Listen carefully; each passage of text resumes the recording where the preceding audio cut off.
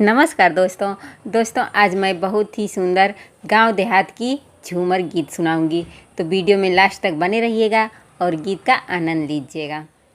English में बोल के सिखैबै बलम तोहके ट्यूशन पढ़ैबै। इंग्लिश में बोल के सिखैबै बलम तोहके ट्यूशन पढ़ैबै। सास खुश होई है ससुर खुश होई है। सास खुश होई है ससुर खुश होई है। गोतिनी जे देखी जरी जई है बलम तोहके ट्यूशन पढ़ैबै। गोतिनी जे देखी जरी जई है बलम तोहके ट्यूशन पढ़ैबै। इंग्लिश में बोल के सिखैबै बलम तोहके ट्यूशन पढ़ैबै।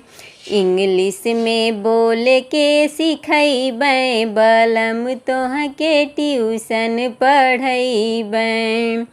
ननद खुश होई है ननदोई खुश होई है।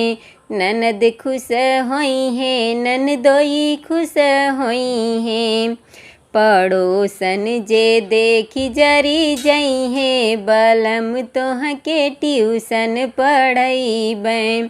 पड़ोसन जे देखी जरी जई है बलम तोहके ट्यूशन पढ़ैबै।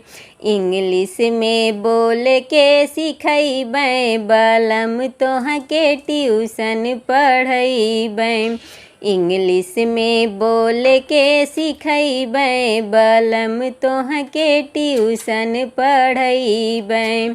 इंग्लिश में बोल के सिखैबै बलम तोहके ट्यूशन पढ़ैबै। तो दोस्तों गीत कैसी लगी कमेंट में ज़रूर बताइएगा। फिर मिलते हैं अगली गीत में, तब तक के लिए बाय बाय।